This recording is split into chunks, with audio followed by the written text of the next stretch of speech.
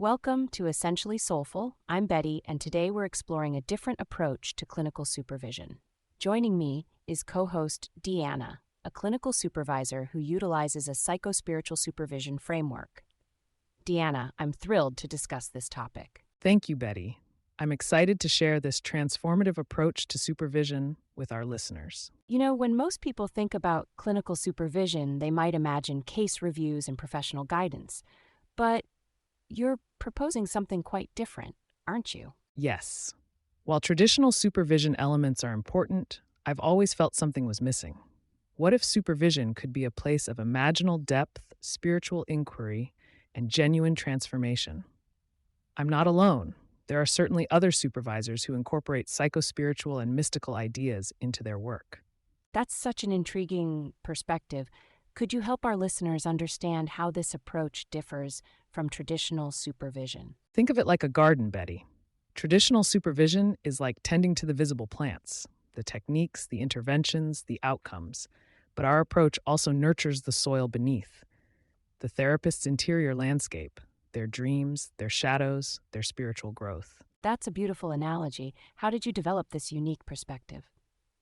It emerged from recognizing that effective therapy isn't just about what we know, but who we are. When we integrate personal growth with professional development, something magical happens. I've offered clinical supervision for over 25 years, and I also teach foundational courses in clinical supervision. Over the years, I've discovered that while we have been encouraged to embrace cultural differences, spiritual exploration is sometimes discouraged. I wanted to practice my craft embodying both culture and spirit. Could you walk us through the key elements that make this approach unique?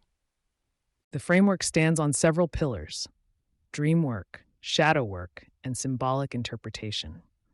I've also developed a structured reflection tool called Case Prep, which helps therapists explore both clinical and personal dimensions of their work. PREP is an acronym for presence, reflection, exploration, and practice. The case prep tool sounds interesting. Could you tell us more about how that works? The Case Prep framework is designed to be both practical and transformative. Supervisees submit their reflections 24 hours before our session, which allows for deeper exploration during our time together. It guides them through not just case details, but their personal reactions, dreams, and symbolic experiences related to their clinical work. That advanced preparation must really enhance the quality of supervision. What kinds of insights emerge from this process? Often profound ones. For example, a therapist might realize that their recurring dream about being lost in a maze reflects their experience with a particularly challenging client. These insights become doorways to both professional growth and personal transformation. That's fascinating. How do therapists typically respond to this more personal approach? Initially, some are hesitant. We're trained to maintain professional boundaries, right?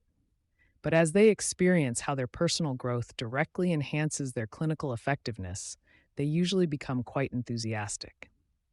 This is not about encouraging a clinical supervisor to become the supervisee's therapist, but it does mean that a therapist's interior landscape impacts their work with clients. I can imagine that shadow work might be particularly challenging. How do you approach that aspect? Yes, shadow work requires great sensitivity. It's about helping therapists recognize and integrate those parts of themselves they might prefer to ignore. For instance, a therapist's irritation with a client might reveal important unconscious material that, once understood, can deepen their therapeutic presence. And sometimes, to fully understand, the therapist may opt to engage in their psychotherapy. It sounds like this approach creates a much more holistic supervision experience. Exactly. When we honor both the professional and personal dimensions, supervision becomes a sacred space for genuine transformation. It's not just about becoming better therapists, but more integrated human beings. I'm curious about the spiritual element. How does that fit into the framework? The spiritual dimension emerges naturally when we work with dreams and symbols. We're not imposing any particular spiritual perspective, but rather creating space for supervisees to explore the deeper meaning in their work and their own journey, and to allow their story to unfold. This can be as simple as talking about the supervisee's experience of spirituality with their own clients. Spirituality within supervision can include metaphysical dimensions, sacred texts, Jungian approaches, and more. This brings me to an interesting question about boundaries. How do you maintain appropriate professional boundaries while working at this deeper level? That's a crucial question. We maintain clear contractual boundaries and professional focus, but we understand that real professional development includes personal growth. The key is having a clear framework that honors both dimensions. DeeAnna, you've painted a rich picture of the framework, but I imagine implementing it might come with some challenges. What are some common obstacles supervisors face when adopting this approach? Good question. One of the biggest challenges is helping supervisors shift from a purely didactic stance to one that embraces uncertainty and exploration. It requires them to be comfortable with not having all the answers. That's quite a paradigm shift from traditional supervision models. Absolutely. Another challenge is time management. When you're working with dreams and symbolic material, conversations can go deep quickly.